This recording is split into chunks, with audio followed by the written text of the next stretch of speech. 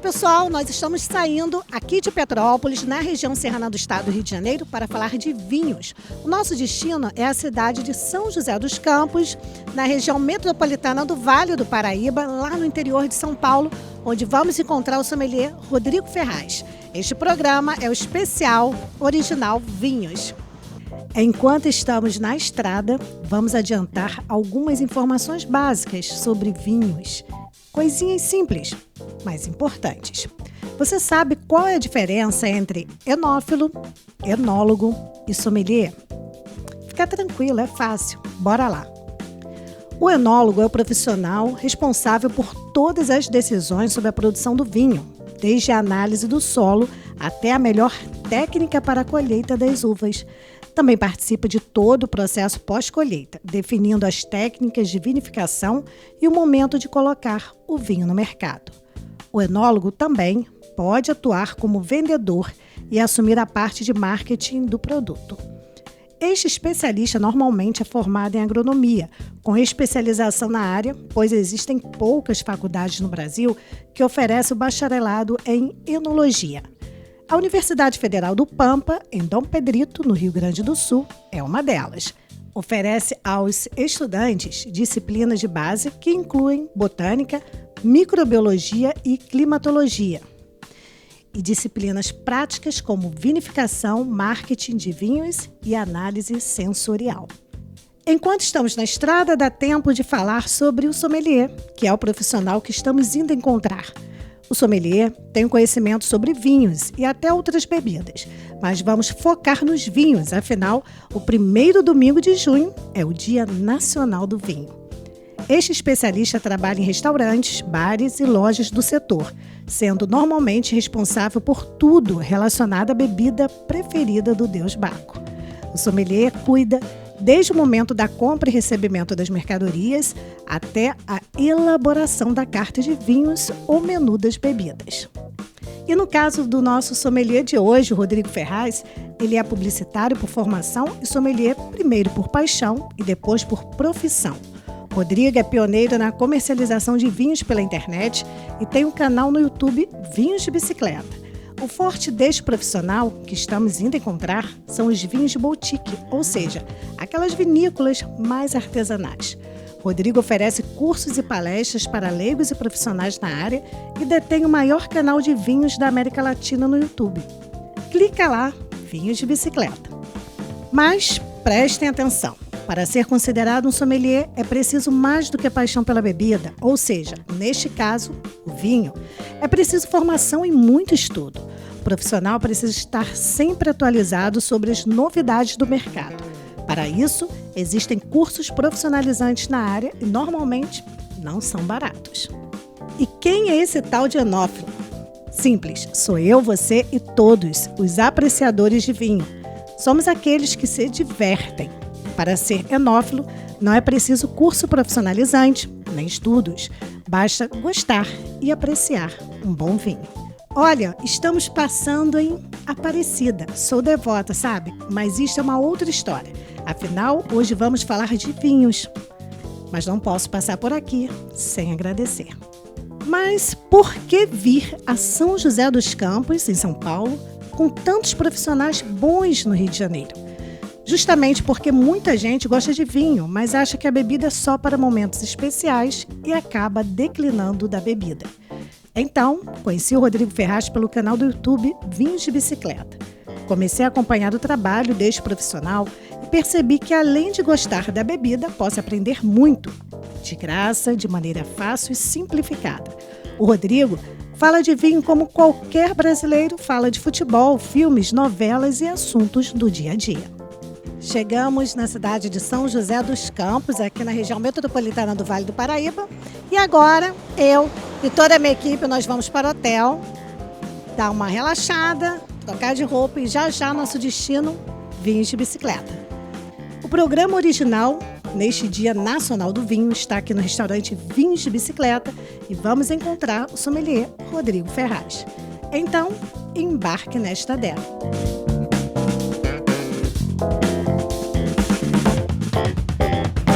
Hoje o programa é especial. Você que acompanha o original todos os dias, de segunda a sexta-feira, no canal 16 Viatec Cable e para o Brasil e Mundo pela tvc16.com ou então pelo Facebook da emissora TV Cidade de Petrópolis. Mas hoje, como eu disse, é um programa muito especial porque hoje, dia 2 de junho, é o Dia Nacional do Vinho. Beth, é sempre dia 2? Não, gente, é o primeiro domingo de junho.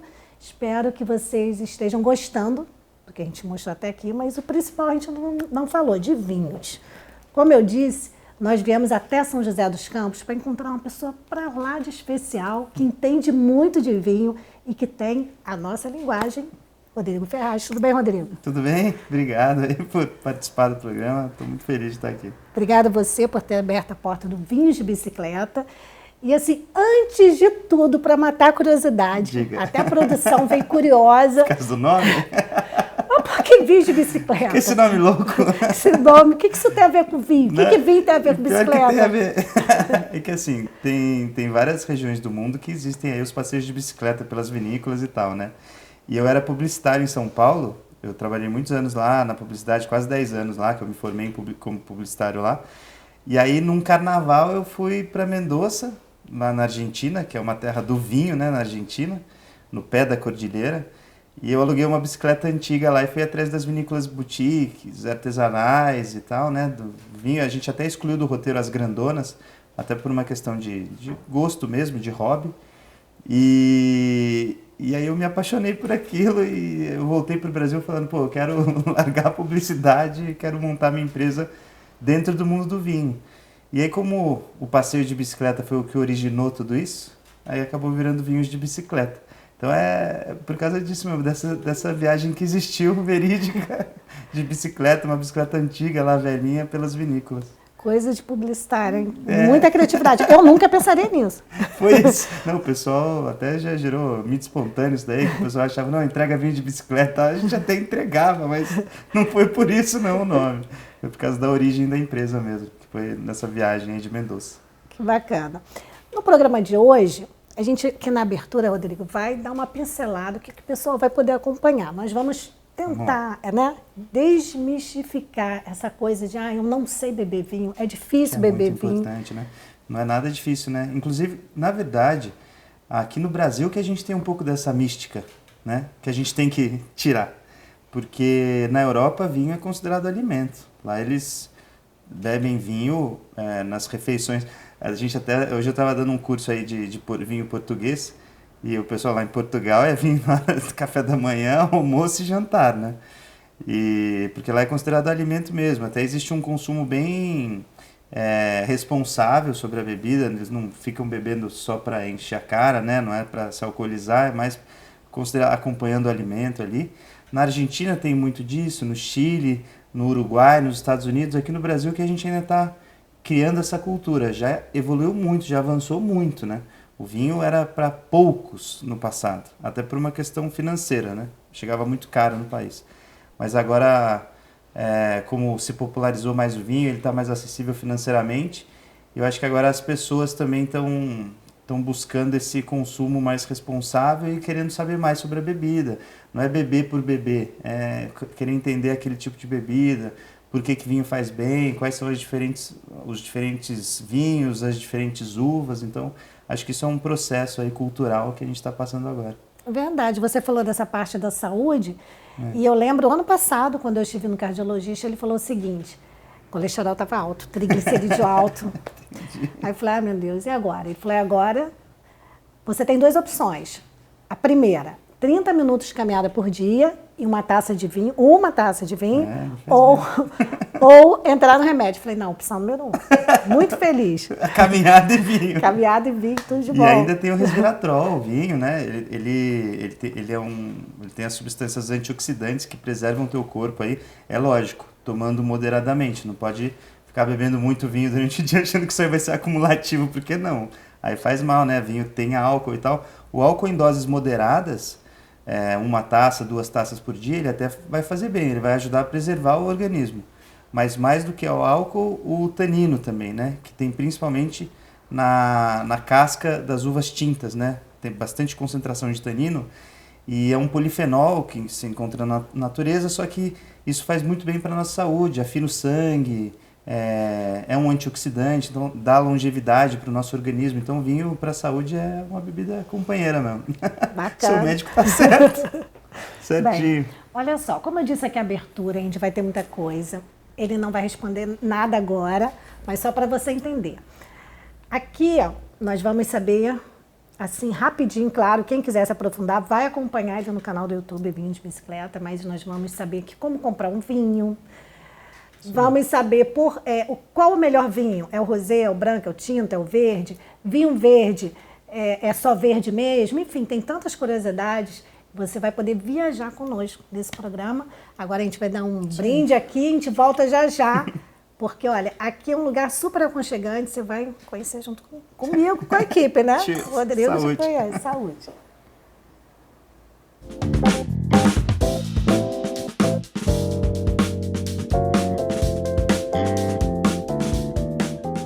Olá, bem-vindo ao canal Vinhos de Bicicleta. Eu sou o sommelier Rodrigo Ferraz. Hoje a gente vai falar de uma uva diferentaça para quem gosta de vinho parrudo.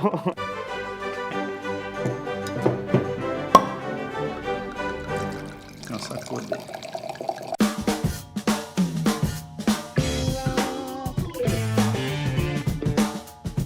Mais uma uva aí para o teu portfólio de uvas do canal Vinhos de Bicicleta. Espero que a gente continue ajudando aí muito a tua caminhada aí, sua jornada no mundo dos vinhos. E até a próxima, então.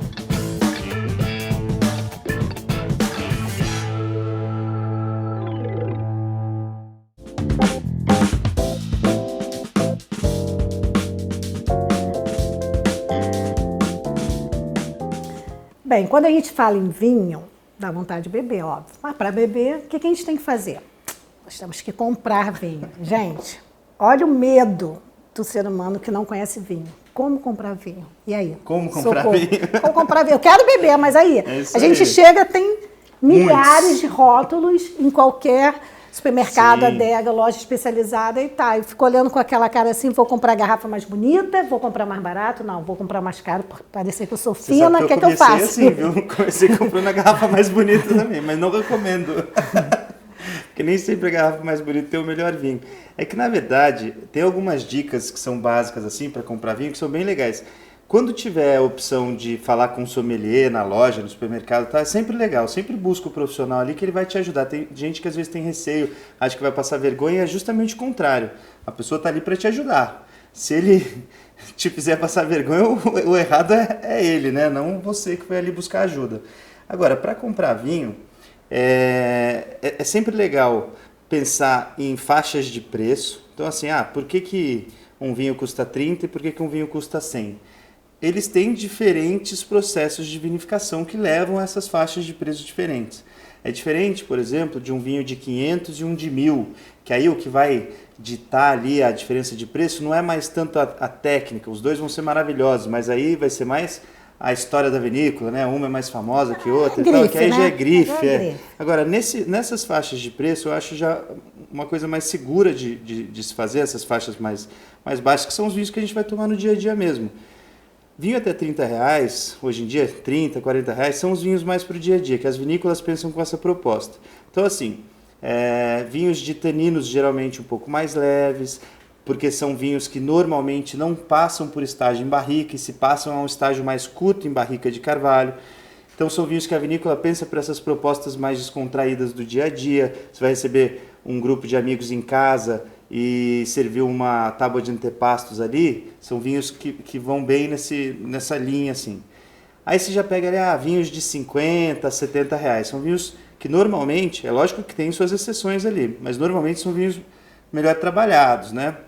Geralmente já é vinho que tem algum estágio em barrica, geralmente algum vinho que já é de uma região mais importante ou mais renomada no mundo. E aí quando você fala de 70 a 100 reais, o vinho já tem pelo menos obrigação de ser bom.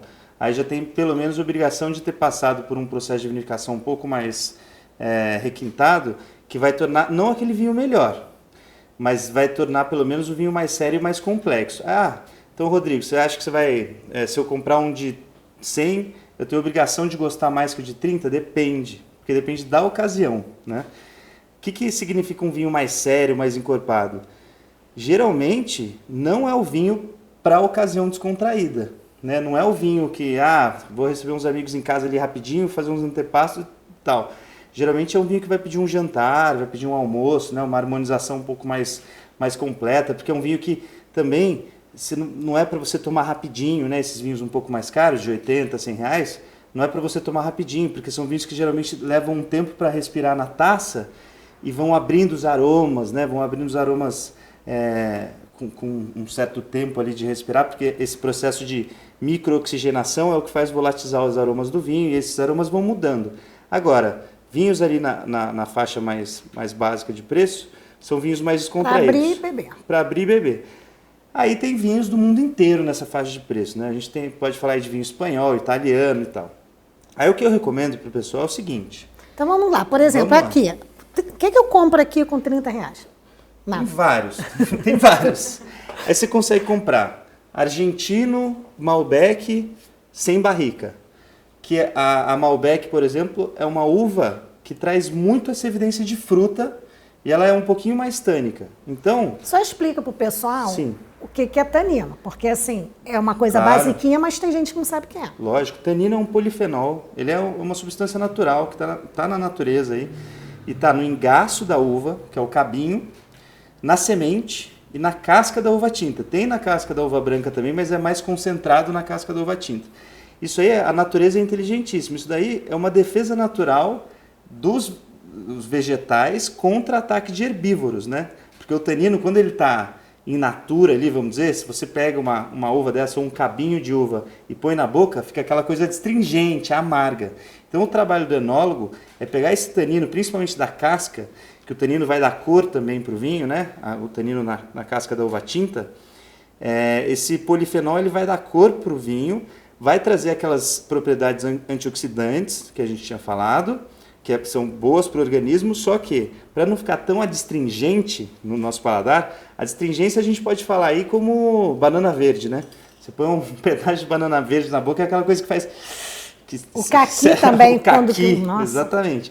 Então o trabalho do enólogo é aveludar esse tanino com um processo de microoxigenação. Durante o processo de vinificação, esse tanino tem que ser aveludado para ele ficar mais sedoso. E aí sim o vinho fica mais agradável. Então o vinho mais comercial tem esse tanino mais fraco, para você poder beber ele mais tranquilo. Depende muito da casta, né? Porque assim, às vezes você vai pegar um vinho, um taná, por exemplo, mais comercial. Que taná é uma uva que tem concentração de tanino lá em cima. Senti aqui. Exatamente. Aí às vezes você pega um vinho mais barato, né, mais em conta, da uva taná, nem sempre o tanino vai estar super aveludado, porque às vezes a taná vai trazer aquele tanino bem aí forte. Faz o quê? Não abre ele, deixa ele ficar um pouquinho mais... É legal deixar respirar. É legal deixar respirar, porque a microoxigenação ela ajuda a aveludar o tanino. Mas aí abriu, também. Deixa respirar. Deixa respirar um pouquinho, exatamente. Então tem vinho... E aí o que eu indico para o pessoal é o seguinte, tem muita gente que fala assim, pô, mas eu estou começando no vinho seco. Então o que eu faço? Principalmente que entra nessa linha também de como comprar vinho. Busca vinhos com menor concentração de tanino. E aí, isso você vai ter que pesquisar a uva que tem menor concentração de tanino. Você falou... A taná não é uma delas. Não é uma delas, mas a Cabernet Mas aí tem a Cabernet Sauvignon também não. A Cabernet também, a Pinot Noir é uma uva que é mais levinha. Lembrei, sim. A Gamay, quando feita no estilo lá de Beaujolais Nouveau, que aqui no Brasil o pessoal faz também, que é um estilo francês, eles fazem um processo lá que chama mais técnico, lá que chama maceração carbônica, e aí deixa o vinho bem frutado e com tanino mais aveludado, menos tanino. Aqui no Brasil tem vinho feito com essa uva Gamay, se escreve Gamay, é G-A-M-A-Y, e aí tem esses Gamés que são mais leves, mais frutados, que lembram o Pinot Noir. Tem outra uva que chama Dolcetto, que é uma uva do Piemonte, apesar desse nome Dolcetto, não tem nada a ver, ela não é doce, é só pela origem dela lá que ela tem esse nome, e também faz vinhos com menor riqueza de taninos, mais fáceis assim. Então assim, essa adstringência, que tem que falar sempre pro pessoal é o seguinte, quem está começando no vinho seco fino, não é porque eu não gosto de vinho, eu prefiro vinho docinho. Não, porque tem vinho isso que eu ia te perguntar. Por quê? O que é esse vinho docinho? Porque eu sempre tive curiosidade. É que não é docinho, na verdade. Por que as pessoas falam, que vinho é esse? Existe esse vinho docinho? Na verdade, é um engano natural. Porque esse vinho docinho é lógico. Mas assim, dá um exemplo, assim, esse vinho seria docinho. Tem vinícola, é o vinho de mesa suave, né? Ele é feito com uva americana, que é diferente da uva europeia, né? Essas uvas que a gente citou aí, Taná, Malbec, Cabernet Sauvignon, Pinot Noir, Dolcetto, são uvas de origem europeia. Hoje elas são plantadas no mundo inteiro, mas elas têm origem lá. E aí tem as uvas americanas, que são de origem do continente americano, que são essas uvas de mesa que a gente come aí, né? Uva de mesa mesmo, uva Isabel, uva Niágara. Dá para você vinificar essas uvas e fazer vinho, só que qual que vai ser a diferença? Elas têm menor concentração de tanino. Então, tem menor sensação de adstringência no paladar, que é aquilo que a gente está falando, o caqui, a banana verde. Então, essa sensação de adstringência do vinho seco fino, da uva europeia, que às vezes o pessoal que está começando... Então, quem quiser um vinho docinho, compra que vinho? O vinho de mesa suave. Vinho de mesa suave. Só que se você quiser começar nos vinhos finos secos, pega esses vinhos com menor concentração de tanino. Qual seria de mesa suave? Eu não sei. Tem vários. Aqui no Brasil Eu nunca comprei um vinho de mesa suave. Mas tem vários. No supermercado é bom? tem.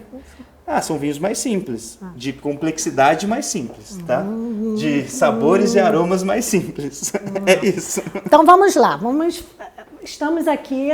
O que eu compraria aqui com R$30, por exemplo? Não sei se você tem. No supermercado eu já vi vários. No supermercado tem. Então, esses vinhos... Mostra um vinho aí que no supermercado seria R$30, mesmo que não seja aqui. O Cordilheira Andina, é que a gente não tem vinho de supermercado aqui, mas o Cordilheira Andina que a gente é um vinho de bicicleta. Mas tudo bem. Aí eu tô no supermercado. Pega aí, vou mostrar. Pessoal, deixa eu pegar o Sorbus, por exemplo. O Sorbus. Beleza. Esse vinho aqui é um vinho nessa faixa, ele tá 40 e poucos reais. Ele é um Malbec de entrada, vamos dizer assim. Então é um vinho que o produtor é um produtor mais artesanal, não é um produtor muito industrializado, mas ele fez esse vinho aqui para ser consumido mais no dia a dia. Então, o Sorbus Malbec das Cinco Terras, né? Aí tem... Aí agora eu quero comprar um vinho assim na faixa de R$50. Aí, quer ver, ó? Deixa eu pensar aqui o que a gente tem nessa faixa. Eu só entender que aqui só tem vinho bom. Exatamente. Só tem vinho bom. Vai lá. Pode andar, fica à vontade. Casa é sua. Vai lá. Deixa eu pegar nessa faixa de... Vai trabalhando aqui que eu vou tomar um vinho. Tem, o Terra d'Alter, ó. Isso daqui, ó. Isso daqui é um vinho... Olha lá, depois o pessoal vai vir aqui. Eu vi que você disse que já R$50. Custa 50 e poucos. Esse daqui é um blend português do Alentejo, muito interessante. O Alentejo é uma região Terra d'Alter. Eu gosto. Ele é um blend de Trincadeira, Aragonesa e Syrah, que são uvas de origem europeia, né? E esse aqui é alentejano, é uma das regiões mais quentes de Portugal. Então, é um vinho mais frutado, mais intenso. Porque quanto mais quente é a região, mais a uva vai amadurecer. Então, quanto mais ela amadurecer, mais açúcar ela vai ter. E aí esse açúcar pode ou ficar no vinho como um açúcar residual, ou se o produtor trabalhar bastante com a levedura, vai ficar um teor alcoólico mais alto, porque o açúcar vira álcool. Só aprendi com um cara. Você aprendeu? Um cara que eu assisto no YouTube. É isso aí. E o tanino fica mais forte também. Então, as uvas que são dessas regiões mais quentes costumam ter taninos mais ricos, né? Tem mais riqueza de tanino. Agora um vinho de R$100. Aquele que tem obrigação de ser bom. De ser bom? Isso é obrigação. Olha isso aqui, ó. Porque tem gente que fala assim, para quem tem uma situação bem confortável, fala, gente, R$100... Mas vamos falar para os brasileiros, R$100 uma garrafa tá de bom tamanho. Tá de bom tamanho, não, é um vinhaço, tem que ser um vinhaço. Vinhaço, eu gosto do vinhaço. É isso aí. Esse aqui é um Volpeto Chianti, né? A Chianti é uma denominação de origem. O que é denominação de origem? É uma área delimitada, demarcada, que tem as regras regionais. Então, pode plantar tal uva, tem que ter tal rendimento vinhedo, e antes de o produtor lançar no mercado, tem que estagiar tanto tempo em barrica e tanto tempo em garrafa. Então, isso são as regras que compõem uma denominação de origem. Essa denominação de origem aqui, Chianti, é lá da região da Toscana, na Itália. E é bem famosa. Aqui no Brasil a gente... Eu ia chutar, vai que eu ia passar por lá, mas eu já ia falar essa Toscana. Então, assim, é uma região maravilhosa lá da Itália, só que ela não é uma região tão quente como o Alentejo, por exemplo, que a gente mostrou ali. Então, faz vinhos um pouco menos frutados e mais gastronômicos, porque o que acontece quando a uva não amadurece tanto? Pensa em qualquer outra fruta aí, pensa num abacaxi. Quanto mais maduro ele tá, mais açúcar ele tá e menos ácido, né? E um abacaxi verde é mais ácido, né? Você vai comer ele tá mais ácido. Com a uva é a mesma coisa. Você pega vinho de região um pouco mais fria, vai ter mais acidez. Então, e menos açúcar e menos álcool, né? Então, regiões um pouco mais frias, a Toscana, com relação ao Alentejo, é uma região mais fria que o Alentejo, lá em Portugal. O Alentejo é mais seco e mais quente, tem temperaturas médias anuais mais altas. A Toscana nem tanto. Então aqui os vinhos são mais ácidos. A acidez, ao contrário do que muita gente pensa, é uma coisa muito importante para o vinho, porque a acidez ela é importante para a gastronomia. Ela faz o nosso paladar salivar, faz a nossa língua salivar, então ela limpa a nossa boca. É lógico, às vezes tem vinho com acidez desequilibrada, né? Às vezes tem vinho que tá ácido demais e aí tá irritante no paladar. Mas vinho com acidez elevada, quando está equilibrado, isso é interessante para a gastronomia. Imagina uma pizza. Você vai colocar ela na boca, cheia de gordura, né? Cheia de queijo e tal. O que vai limpar aquilo do paladar? Porque a gordura gruda, né? Na nossa bochecha. Por isso que tem que saber harmonizar. Tem que saber harmonizar. Senão você acaba brigando ali. Exatamente. Um Chianti com pizza... Opa! É tipo a pedida. Bem, a gente sabe que tem milhares de assuntos, assim, porque é um mundo muito apaixonante. Mas, para a gente resumir aqui o que falou, hoje em dia o brasileiro ele pode tomar um bom vinho, a gente não está falando de grife, nem de marcas, mas a gente está falando de um bom vinho. Sim, um bom porque vinho. A primeira pergunta que eu recebi, depois a gente vai passar para a parte das perguntas, mas uma que está muito martelando na minha cabeça é assim, eu consigo tomar um bom vinho de verdade, sem ser aquelas misturas, com R$30? Por isso a história do... Vai ser um vinho mais simples. Não, vinho mais simples. É um vinho comercial que você abriu, bebeu, não é um vinho que você vai... Sem grandes pretensões. Não é um vinho que você vai comprar e encher a adega. Poxa, eu vou encher minha adega com vinho de R$30. Ele não suporta muito tempo de guarda, né? Ele... Não é nem feito para isso. Nem é feito para isso. O produtor nem fez para isso. Por exemplo, se ele fez 2017, é para consumir no máximo... Até 2019, 2020, é isso aí. Porque tem gente que fala, vou aproveitar a promoção, vou guardar, vou ter um monte de vinho. Não, no máximo 2 anos o vinho comercial, né? Exatamente. A contar da safra ali. Dependendo da região do mundo, aguenta um pouquinho mais. Mas não é vinho para guarda. Mas é melhor não arriscar para quem não entende, né? Exatamente. É isso aí. Daqui a pouquinho, nós vamos falar de um assunto que principalmente as mulheres gostam muito, que é a história do brute, do prosecco, do espumante, do champanhe, gente. Champanhe é a denominação de origem. É a denominação de origem. Então a gente vai explicar isso já, porque eu vou para mais um golinho e rapidinho, assim, 30 segundos a gente volta falando sobre esse assunto que eu sei que a mulherada ama, os espumantes.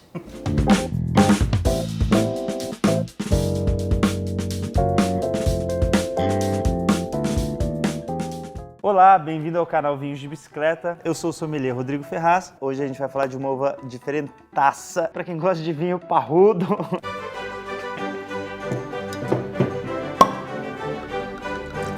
Nossa, a cor dele.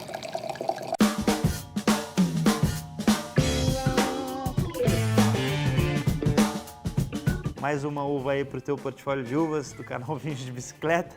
Espero que a gente continue ajudando aí muito a tua caminhada aí, sua jornada no mundo dos vinhos. E até a próxima, então.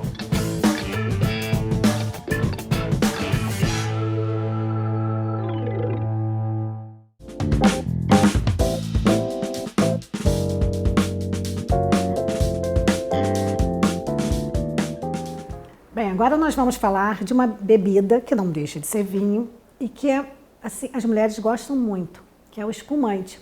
Só que muitas das vezes as pessoas falam assim, vai lá em casa tomar um champanhe, ou então vamos sair para tomar um champanhe. Mas será que está todo mundo assim, com essa bola toda para tomar champanhe toda hora? E aí, Rodrigo? É difícil, né? Que é o seguinte, isso é uma coisa que o pessoal confunde mesmo aqui no Brasil, é super comum e na verdade é simples até a gente responder. É o que você falou, espumante continua sendo um tipo de vinho, né? Um estilo de vinho. A gente falou, tem vinho tinto, vinho rosé, vinho branco, vinho de sobremesa. E aí tem os espumantes, que são uma categoria, um estilo de vinho. Então tudo isso daqui é espumante. Então quando você fala, vou tomar um espumante, está certo. Se for esse estilo de bebida aqui, com borbulha e tal, é espumante.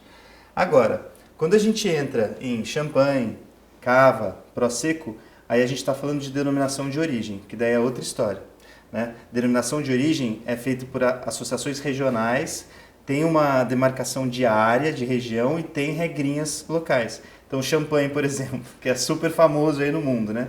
É uma denominação de origem francesa que está atrelada à região de Champagne na França, que fica mais ao norte, uma região bem fria. Lá eles permitem algumas castas, e são poucas, não são muitas, então são alguns tipos de uva para se fazer champanhe, e sempre através do método champenoise, né? As 3 principais castas lá de champanhe são Pinot Noir, que é tinta, Pinot Meunier, tinta, e a Chardonnay, branca. E lá, esse método champenoise é porque, assim, todo espumante tem que passar por 2 fermentações, né? A primeira fermentação é o que faz o vinho base, é o que transforma ali o açúcar em álcool, e aí depois ele vai fermentar uma segunda vez para justamente gerar borbulha, né? Que é gerar a perlage. Então, champenoise, que é da região de Champagne. Champenoise é um método... Um método que é usado lá nessa região. Usado na região de Champagne, e essa segunda fermentação acontece dentro da própria garrafa, né? Porque tem lá na Itália, por exemplo, na região do Vêneto, que existe a denominação de origem Prosecco, né? E eles usam muito outro método, que é o método Charmat. Charmat. Que aí essa segunda fermentação não acontece dentro da garrafa, acontece em grandes tonéis de aço inox. Aí o preço fica mais acessível, né? Aí fica mais acessível porque é mais barato se fazer desse método. Não fica pior, mas o método champenoise é o mais... Aqui no Brasil a gente acha também, escrito na garrafa, como método tradicional, né? Ou o método clássico. Então, o método champenoise é o mesmo que o método tradicional. Esse método, ele costuma fazer vinhos espumantes um pouco mais complexos. E quando você fala de vinho tipo espumante assim para guarda, tem alguns espumantes que são até safrados, né? Aí geralmente é usado esse método champenoise porque você consegue um pouco mais de complexidade de aromas, de sabores ali, e a borbulha, né? Ou a perlage, que é a palavra francesa bonitinha para borbulha, né? Perlage, ela fica mais fina, mais elegante, né? Do que o método Charmat. Então, quando você coloca na taça, eu tenho uma taça com prosecco, uma taça com champanhe. Uhum. Quanto o champanhe, as borbulhas vão ficar mais tempo, não? Mais não tem finas, nada a ver. mais persistentes. Ela fica mais tempo. E geralmente com aromas que remetem muito mais à fermentação, tipo pão fresco, brioche, confeitaria, isso mais no champanhe, ou seja, não precisa ser champanhe exatamente, mas espumantes feitos através do método champenoise. Aqui no Brasil tem vários, né? E o prosecco parece mais um gás. E o prosecco, né? A borbulha é um pouco menos persistente, um pouquinho mais grossa, mas não muita coisa. E o produtor geralmente faz prosecco, com algumas exceções, mas geralmente uma bebida mais ligeira. Então, assim, não é uma bebida para você guardar muito tempo na adega, para envelhecer, é um negócio mais para encontrar as amigas. Encontrar as amigas, tipo, balde de gelo na piscina, enquanto cozinha e tal. Não é uma bebida muito séria, né? Vou falar uma coisa, claro, se eu estiver errado, você vai me corrigir, até para a gente ajudar dentro de casa. Quando eu bebi champanhe mesmo, eu senti... Era champanhe. Da França. Então, eu senti, assim, uma cosquinha na boca. E o prosecco eu sinto mais a coisa de gás, como se eu estivesse bebendo uma bebida gaseificada. Isso tem a ver ou nada a ver? Ou isso foi só meu paladar? Pode ser uma sensação, mas é o que eu te falei. Aqui no método champenoise você consegue mais pressão e a perlage fica um pouquinho mais fina. Então, para o teu paladar, pode ter ocasionado Meu paladar gostou mais do champanhe. Então, exatamente. Ele fica mais fino, né? Fica mais elegante, vamos dizer assim. Isso pode acontecer mesmo. Pode. Né? É uma questão de pressão. Cava também. Então, cava, assim como champanhe e prosecco, né? Champanhe é denominação de origem francesa, da região de Champagne. Prosecco, denominação de origem italiana, da região do Vêneto. E cava é espanhol. Então, é uma denominação de origem, nasceu na Catalunha, né? Que é uma região da Espanha. Eles também têm que ser feitos através do método champenoise. Então, assim, por que cava é tão legal? Né? Por que eu gosto tanto dessa DO? As uvas são diferentes de champanhe, né? São uvas que são autóctones da Espanha, são nativas da Espanha e são diferentes da região de Champagne. Só que o método acaba sendo o mesmo, que é o método champenoise. Só que o preço é bem melhor. É bem melhor, geralmente em cava. Então, cava é um espumante, uma denominação de origem espanhola que geralmente vai te oferecer bebidas espumantes, né, muito complexos, às vezes até safrados, às vezes longevos, assim, tipo espumante que você pode guardar, só que num preço melhor do que champanhe, porque champanhe é muito famoso. E onde entra Brut nessa história? Brut é o seguinte, aí é outra história. Não tem nada a ver com espumante? Tem tudo a ver com espumante, mas não tem a ver com denominação de origem. Porque é o seguinte, Brut tem a ver com o licor de expedição, que eles chamam. Porque no final do processo de um espumante, eles adicionam o tal do licor de expedição, que vai mudar a concentração de açúcar naquele espumante. E ele pode ser natur, que é o mais seco de todos, porque não tem o licor de expedição adicionado. Então ele tem uma concentração de açúcar mínima. Aí tem o extra brut, o brut, que aí é bem seco também, não tem uma concentração alta de açúcar. Aí tem o extra dry, o dry, o demi-sec e o doce. Então são classificações que vão aumentando o número a concentração de açúcar naquela bebida. Então, por isso que o Brut, quando você compara com o demi-sec, ele é mais seco. Justamente então, porque o demi-sec... o Brut, como não é denominação de origem, pode ser qualquer um. Você pode fazer no mundo inteiro. É porque quando a gente fala espumante, muitas das vezes a gente chega numa loja, aí o vendedor, não necessariamente o sommelier, um vendedor da loja, fala assim, olha, eu tenho todos esses Brut aqui, um preço ótimo. Brut. Brut, ele só está falando da concentração de açúcar, nada mais que isso. Então, o Brut, ele tem uma classificação ali, que é de tanto a tanto de concentração de açúcar por litro. É bom, depende da ocasião. Porque o preço é mais acessível. De Brut? Não, porque tem champanhe Brut, ué. Olha que então confusão, gente, na cabeça da pessoa. Por que tem tanta promoção de Brut? Tudo que é lugar tem Brut. Brut é só... Esse espumante aqui, esse champanhe aqui, que é um champanhe de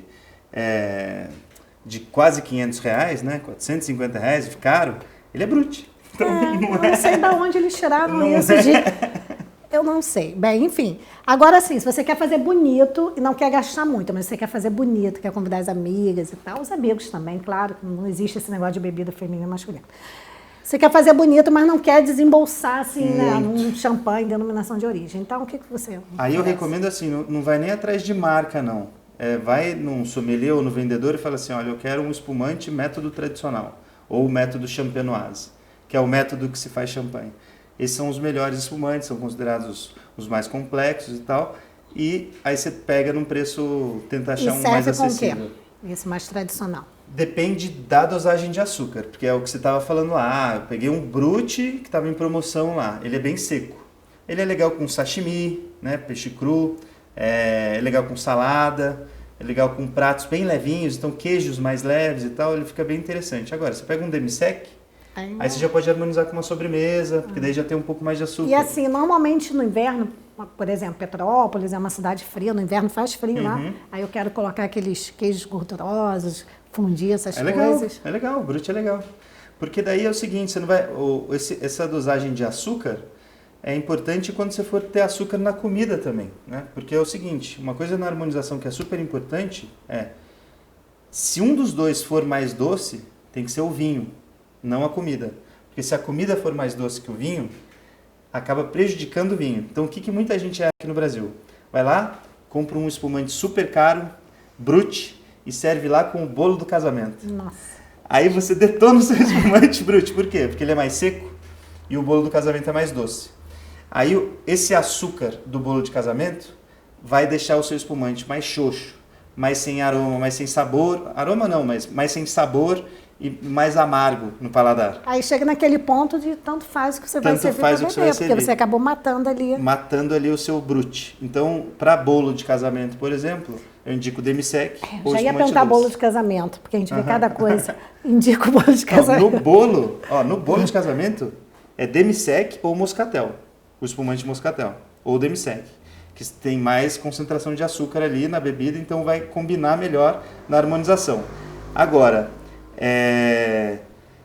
para entrada de casamento, na hora dos canapés ali, um brut é o ideal.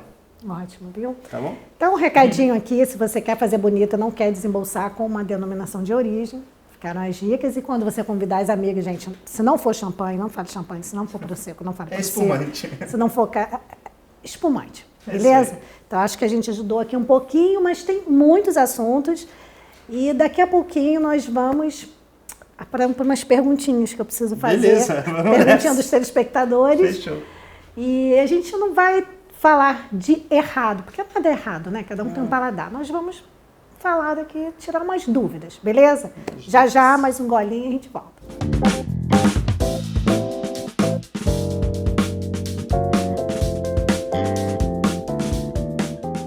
Olá, bem-vindo ao canal Vinhos de Bicicleta. Eu sou o sommelier Rodrigo Ferraz. Hoje a gente vai falar de uma uva diferentaça, para quem gosta de vinho parrudo.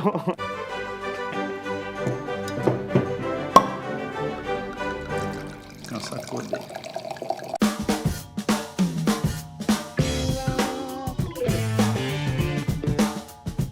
Mais uma uva aí para o teu portfólio de uvas do canal Vinhos de Bicicleta. Espero que a gente continue ajudando aí muito a tua caminhada aí, sua jornada no mundo dos vinhos. E até a próxima, então.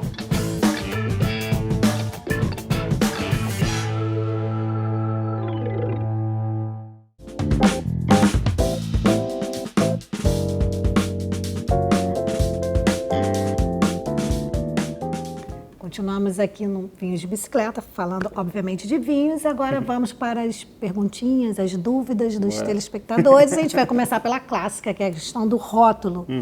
Então, eu não conheço vinho, eu posso comprar o rótulo mais bonito que eu resolvi o problema, vou dar um bom presente, então vou beber um bom vinho? Não, não. É o seguinte, esse lance do rótulo é até legal. Eu, quando não era sommelier, né, quando comprava vinho lá, estava começando no vinho também, ia muito nessa questão do rótulo mais bonito. É lógico que o produtor, quando ele faz um bom vinho, geralmente ele vai querer se desenvolver também nessa parte gráfica e vai querer fazer um rótulo mais bonito e tal. Só que não garante. Inclusive tem uns vinhos muito bons, italianos, franceses e tal, que às vezes o vinho é antigo pra caramba, e o produtor gosta daquele vinho, daquele rótulo antigo dele e tal, e não muda, e o rótulo muita gente vai achar feio. E às vezes o vinho custa uma fortuna. Então rótulo nem sempre é sinônimo de qualidade, não. Já que a gente falou em rótulo, vamos falar em rolha. Rolha. Tem a história da rolha de cortiça, rolha de alumínio, rolha de sintética, aquele material. O que é aquele material? Rolha sintética rolha mesmo, sintética, tá certinho. então. Aí, se eu comprar ali o de cortiça, eu estou garantindo que é melhor do que os outros, ou não muda? É que assim, a rolha de cortiça ela realmente é interessante, principalmente para vinhos de guarda, e todo vinho de rolha de cortiça é aquele vinho que a gente tem que guardar deitado, porque rolha de cortiça, se você guardar o vinho em pé, o líquido, no caso o vinho, não fica em contato com a rolha, né? Fica uma parte de ar ali entre a rolha e o vinho. E isso vai fazer com que a rolha resseque. Então, por que a gente deita a garrafa de vinho da rolha de cortiça? Para deixar o líquido em contato com a rolha, ela fica umedecida e ela não resseca, e aí evita que entre oxigênio para oxidar, que entre muito oxigênio para oxidar. Agora, vinhos de guarda, né? Eles precisam dessa pequena microoxigenação, mas pouquinho, não muito. Se entrar muito oxigênio ali, seu vinho vira um vinagre, né? Se a rolha de cortiça ressecar, entra muito oxigênio e vira um vinagre. Só que se ela se mantiver ali umidificada, vai ter um pouquinho de troca gasosa. Pouquinha coisa, porque a rolha de cortiça não vai segurar 100% do oxigênio que vai passar ali. Vai passar um pouquinho. E aí, para o vinho de guarda, é legal essa microoxigenação. Para o vinho do dia a dia, vai fazer pouquíssima diferença. Por isso que para vinhos do dia a dia, está cada vez chegando mais no mercado rolha screw cap, que é a rosca, né? Porque é uma rolha perfeita assim para isso. Prático. Não tem troca gasosa, né? Então ela dificilmente você vai pegar um vinho oxidado dentro de uma garrafa de screw cap, porque ela veda bem o ar ali. E ela é mais prática, né? Não tem o mesmo charme, mas é mais prática. Eu gosto. A pior delas é a sintética, porque fica ali no meio do caminho, não faz um trabalho tão bem feito, por exemplo, como uma screw cap. Então, assim, para vinhos de guarda, dá preferência para rolha de cortiça, sempre garrafa deitada. Para vinhos do dia a dia, tanto faz ser cortiça, sintética. Tem agora aquelas que não são sintéticas, não são cortiças maciças, que eles pegam um aglomerado de cortiça e prensam. Aí fica aquela cheia sabe, de cortiça pequenininha, prensada. Aquela é uma rolha de pior qualidade que a cortiça maciça, mas para vinhos do dia a dia também serve numa boa. Isso aí. Então... Sem problema, sem preconceitos. Porque muita gente sabe que tem que guardar o vinho assim, mas nem sabe por que tem que guardar o vinho assim. Acha, tem que guardar assim. Então agora você já sabe por que tem que guardar assim. A screw cap, a rosca, tanto faz deitado ou em pé. Então aí não tem necessidade de guardar o vinho deitado. Ótimo. Temperatura para servir o vinho? Aí depende do estilo do vinho. Eu vou dar aqui uma temperatura média aí para cada estilo de vinho. Vinho de sobremesa, um pouco mais geladinho, né? É que depende muito do estilo do vinho de sobremesa, mas varia ali dos seus 5 graus a 12 graus. Espumante, também mais gelado, 5 graus. O que é 5 graus? Temperatura de geladeira, né? Tirar da geladeira e já servir. Rosé vai nessa mesma linha. Vinhos brancos, você pode servir temperatura de geladeira, até porque a gente está no Brasil e é um país relativamente quente, então ele vai ganhar temperatura rápido na taça, mas o ideal de temperatura de serviço para vinho branco é ali, lá na casa dos 12 graus. Então você pode até servir ele logo saindo da geladeira, uns 5 graus, só que espera ele ganhar um pouquinho de temperatura, porque você vai sentir mais os aromas e os sabores daquele vinho. Vinho tinto, lá na casa dos 18 graus, né? 16 a 18 graus. A gente está falando de temperatura, é importante como pegar a taça e a importância desse cabinho. Muita gente acha que o cabinho é charme, aí segura assim, assim, né? E aí vai passando. Aí você esquenta o vinho, né? É só isso que eu indico. É lógico, você está tomando ali com seus amigos e tal, vai tomar um vinho mais rápido, não tem tanto problema, assim, né? Porque você não vai segurar. Tem uma função. Só que a haste, a função dela é justamente para você segurar nela e não esquentar seu vinho. Então, a função da haste, eu, quando vou beber vinho, seguro pela haste, justamente para não esquentar meu vinho. É mito ou é necessário ter uma taça para cada tipo de bebida? Não, por quê? Para o espumante é legal aquela taça estilo flute, né? Porque você vê mais que aquela fininha, né? Porque você vê mais a borbulha. A taça de sobremesa geralmente é servida, o vinho de sobremesa é geralmente servido nos cálices, né? Que são menores, justamente porque você não vai tomar uma taça cheia dessa de vinho de sobremesa, vai tomar em cálice. E aí vinhos brancos e vinhos tintos, se você tiver esse estilo de taça aqui na sua casa, beleza. É que às vezes tem uma diferença, às vezes até de uva para uva e tal, mas aí já entra numa questão mais técnica, né? Que algumas uvas conseguem volatilizar mais aromas, então tem um estilo de taça.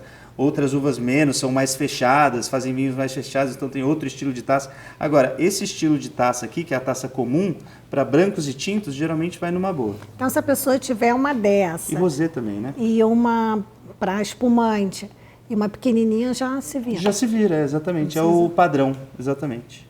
Beleza.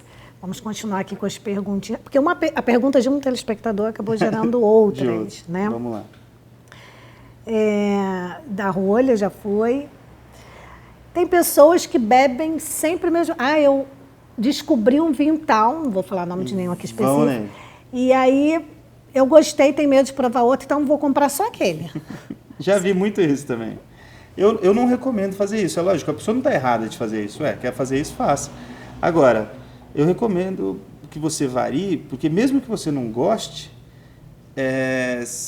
você está se descobrindo, né? Você está experimentando um mundo novo. O mundo do vinho é tão complexo e tão dinâmico e tem tantas regiões diferentes para a gente explorar que eu acho que ficar num vinho só acaba sendo um desperdício de tempo. Porque eu resumi aqui. Teve uma telespectadora que falou assim, Beth, pergunta lá, porque eu experimentei um Cabernet Sauvignon, falou o nome que eu já esqueci, está lá na pergunta lá no Facebook, e aí eu vou bebendo outros, aí volto sempre àquele, acabo ficando sempre naquele. Mas eu recomendo que ela varie. Aí o que eu acho legal, já que ela está com um pouco de medo de errar, vai na internet e busca uvas que sejam semelhantes, que façam vinhos semelhantes à Cabernet Sauvignon que ela gosta. Então pode ser um caminho interessante. Eu posso citar algumas aqui.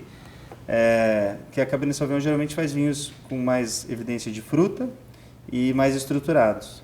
Tem a Garnacha, que faz vinhos assim, a Malbec faz vinhos assim, a Syrah faz vinhos assim, então tem várias. Syrah, que eu acho um pouco parecida. Syrah é parecida também. Meu paladar não é tão, mas eu achei parecida. Uma outra aqui. Tá. a pessoa, eu vou servir um jantar na minha casa. Qual é a sequência dos vinhos? Eu posso abrir um, porque a pergunta era grande, vou resumir. Sim, sim. Ela pode abrir um e servir tudo, ou ela tem que botar um para entrada, um para comida, um para sobremesa? O ideal é fazer isso daí, porque é o seguinte... Qual é a sequência tem até disso? uma razão para isso. A ordem dos vinhos serve para ir despertando aos poucos nossas papilas gustativas. O que acontece se você servir um vinho muito encorpado antes de um vinho mais levinho? Você estressa a sua papila gustativa, quando você chegar no vinho mais leve, você vai sentir menos ele, vai sentir menos sabor dele. Então, a coisa mais importante para essa pessoa fazer é fazer uma ordem de estrutura. Então, do mais leve para o mais encorpado. Então, geralmente começar ali, se for com vários estilos de vinho, né? Começar com espumante, vinho branco e rosé, depois passar para os tintos e terminar no vinho de sobremesa. Ah, Rodrigo, mas poxa, só vinhos tintos. Então, pega qual é a uva mais leve, põe no começo, e os vinhos mais estruturados... Então, vai dar menos intensa. Da menos intensa para mais estruturada. Então, aí ficou fácil. É isso. Estou olhando a taça aqui. Aquelas pessoas que enchem muita taça. Tá errado, né? Porque não é que tá errado. Por que não é recomendado fazer isso? A gente coloca, além de uma questão de etiqueta, colocar mais ou menos nessa... É que a gente já bebeu um pouquinho aqui, então tá um pouco mais baixo. Mas, além de uma questão de etiqueta, colocar nessa faixa aqui, te ajuda também a fazer isso daqui, né? Para volatizar os aromas. Essa é a próxima pergunta. Por que fazer isso? No restaurante, quando o garçom me serve, eu tenho que fazer isso? Porque, assim, tinham várias perguntas, eu resumi uma, sim. E as pessoas perguntam de uma maneira muito à vontade e eu me diverti lendo, porque eu também já tive essas dúvidas. Por exemplo, aí você viu, eu vi em algum lugar que é legal fazer isso, mas por que eu estou fazendo isso? Por que você está fazendo isso? Ó, vou te explicar na prática o porquê. Ó. Vamos fazer uma experiência aí. Deixa o vinho parado aqui na sua frente. Paradinho. Aí vai lá e cheira ele. Mas ele parado aí. Tá sentindo o aroma, né? Uhum. Agora, vamos volatizar ele aqui e leva ele no nariz e me diz se você sente diferença. Abre muito mais o aroma, né? É só por isso. Porque antes eu te vi, assim você só encosta, já sobe tudo. Exatamente. Porque você fazendo isso, você volatiza as moléculas de aroma e aí você sente mais o aroma do vinho. Por isso. Aí tem uma aqui muito engraçada, que é a continuação dessa assim. Por que eu escuto as pessoas que entendem de vinho falar, vou deixar respirar? Mas isso é importante. Nem todo vinho precisa respirar muito. Tem vinho que já é mais ligeiro, mais frutado, mais leve, que você praticamente abre ele da garrafa e ele já está pronto para ser consumido. Espumante não precisa. Espumante não precisa, por exemplo. Ou vinhos tintos mais levinhos, mais ligeiros, mais frutados. Ou vinhos brancos mais ligeiros também. Ligeiro que eu digo, vinho mais leve mesmo, mais descontraído.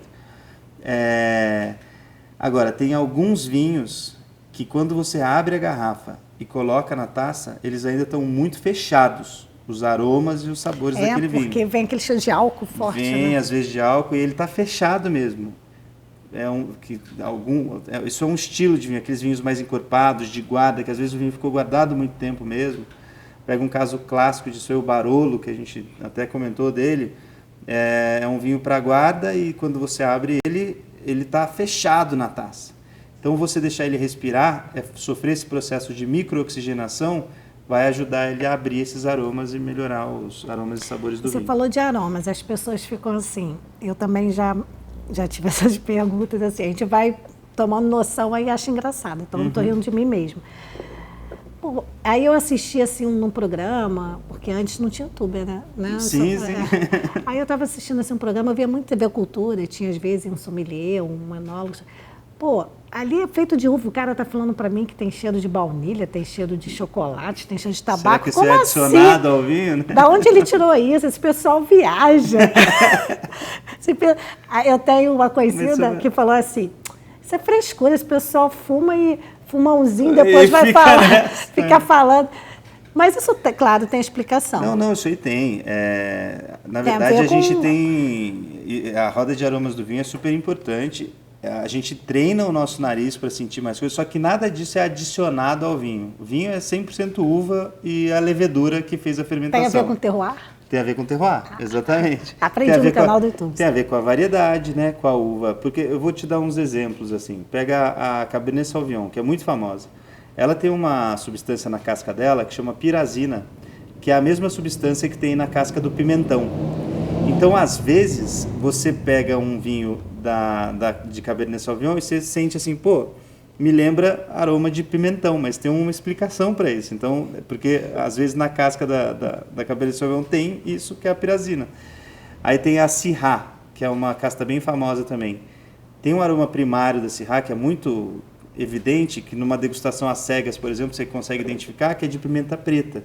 Porque geralmente os vinhos feitos com essa casta, você consegue sentir um aroma parecido com o de pimenta preta. Esse nosso aqui é o quê? Esse aqui é um blend, então esse aqui é mais difícil, porque é um esse blend tá de uvas difícil, portuguesas. não estou conseguindo. Ele tem aroma de fruta vermelha, geleia de fruta negra, ele vai mais para fruta. O mais mesmo. próximo que eu cheguei foi assim, um tipo de geleia. Geleia mesmo, geleia aquelas que a gente... Sim. Agora, se você sentir, por exemplo, eu senti aqui aroma de bolo de amora da minha avó. Tá certo, porque o aroma é a sua referência aromática. Então isso não está errado, tá certo. Você falar isso, tá certo, é o que você sentiu ali, tá certo.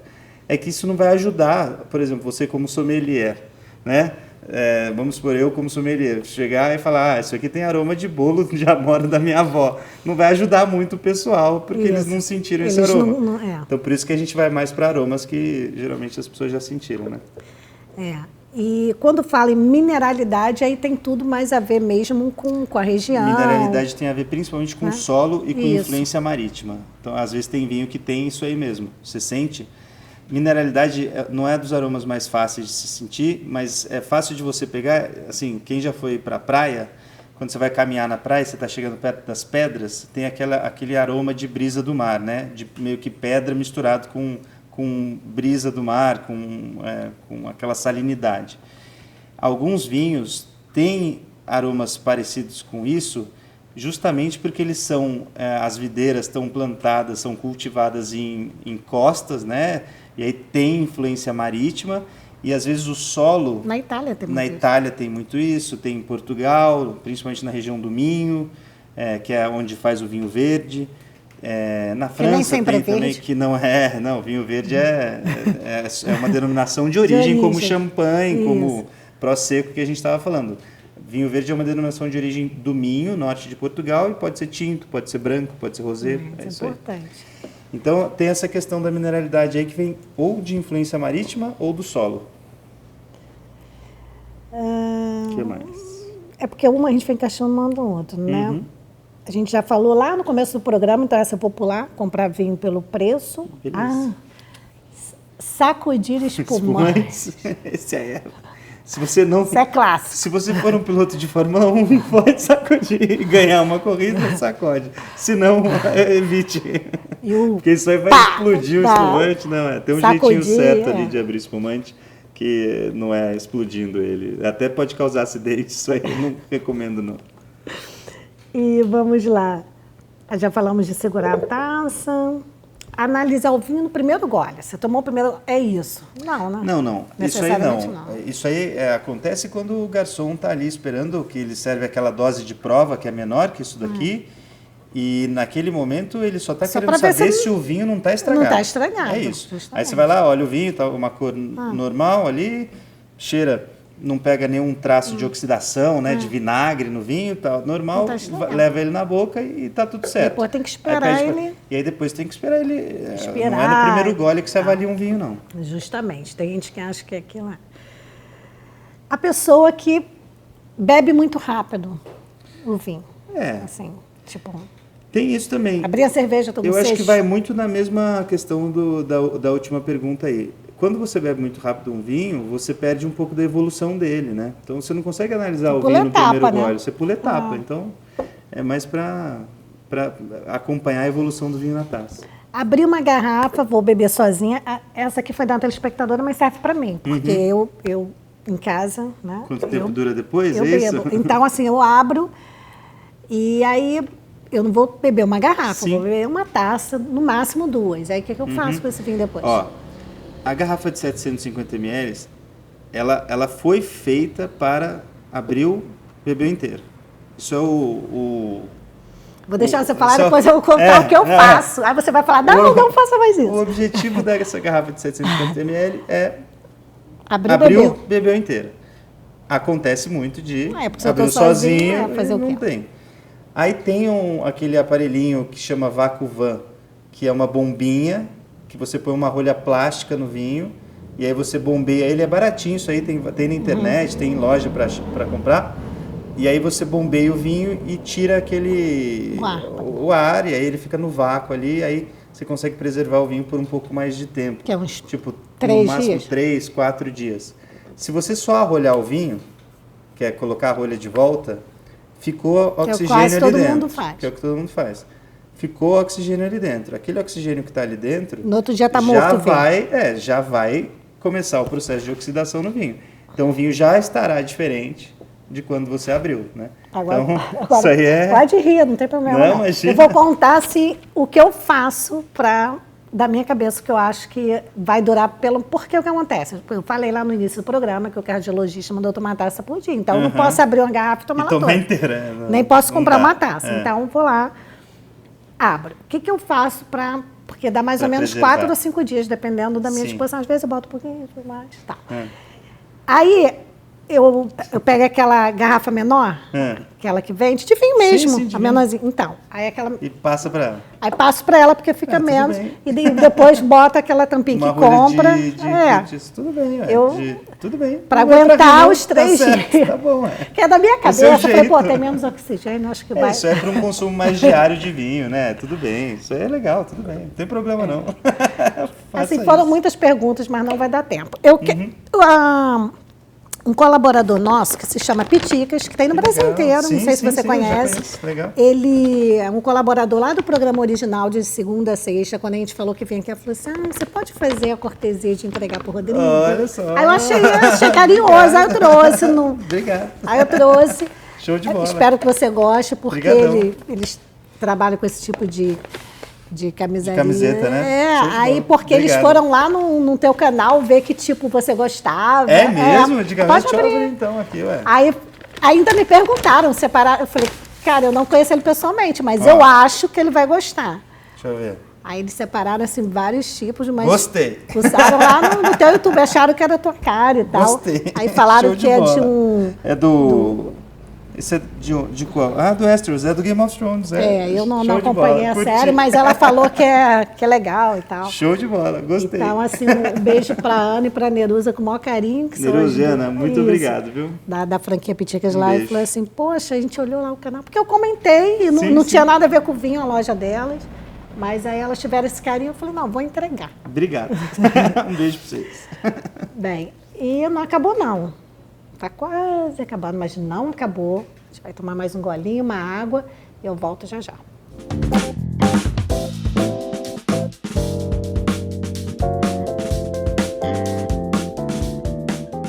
Olá, bem-vindo ao canal Vinhos de Bicicleta. Eu sou o sommelier Rodrigo Ferraz. Hoje a gente vai falar de uma uva diferentaça para quem gosta de vinho parrudo.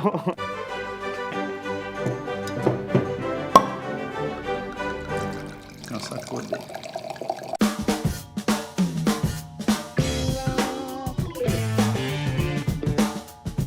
Mais uma uva aí para o teu portfólio de uvas do canal Vinhos de Bicicleta.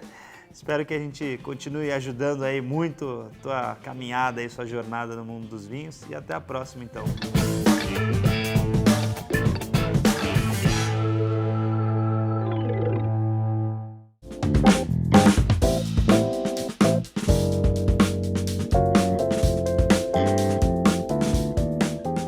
Bem, o programa original, especial Vinhos, está terminando, mas... Foi legal. Está terminando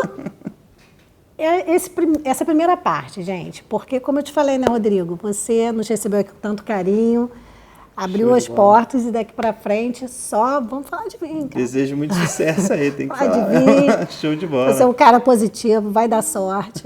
É isso aí. O próximo será... numa vinícola, né? Vinícola, mas vou fazer suspense. Vamos falar agora não, depois a gente anuncia. E eu tenho certeza que todo mundo gostou. É impossível não gostar, né, cara? Quem curte vinho, tudo, essa aula aqui que você deu pra gente. E é uma dica, vai pegar sua garrafa aí, abrir e tomar um vinho com a gente. Tomar um vinho. Isso aí. E como vocês acompanharam aí nos intervalos, canal Vinho de Bicicleta. Então, foi super divulgado aqui. O pessoal de curiosidade vai lá, eu tenho certeza vai se apaixonar. E essa é a intenção, que você curta essa bebida tão querida, pare com esse medo, gente, é uma delícia e tem para todos os bolsos, todos os gostos. Todos os gostos, bolsos, é isso Não aí. é? Vinho é um negócio que está crescendo muito no Brasil, estou feliz por isso, por ver isso acontecer. E quem quiser saber um pouquinho mais, se aprofundar um pouquinho mais, tem o nosso canal no YouTube, que é o Vinhos de Bicicleta. E a gente faz jogo rápido, né? Bate-papo, vídeos curtos aí para o pessoal aprender. E a intenção é fazer exatamente o que a gente fez aqui, desmistificar essa bebida que é tão maravilhosa e não tem nada a ver, ficar achando que é bebida só para alguns, né? Ficar achando que é muito caro, porque tem vinho para todos os bolsos, como a gente falou. Então, espero muito sucesso aí para essa nova essa nova programação do teu programa aí no tema vinho. Muito Acho obrigada, muito a gente vai terminar, claro, com um brinde. Um brinde. Tá? Sucesso para você sempre. Obrigado. Para vocês e para você que nos acompanhou até agora, muito obrigada pela audiência, pelo carinho. A gente volta com este programa, Original Especial Vinhos, mês que vem com muita novidade. E você vai ver como é feito o vinho. O vinho. Isso aí. Saúde. Ah, né? Não pode brindar e não beber, dizem que não pode. Tem que...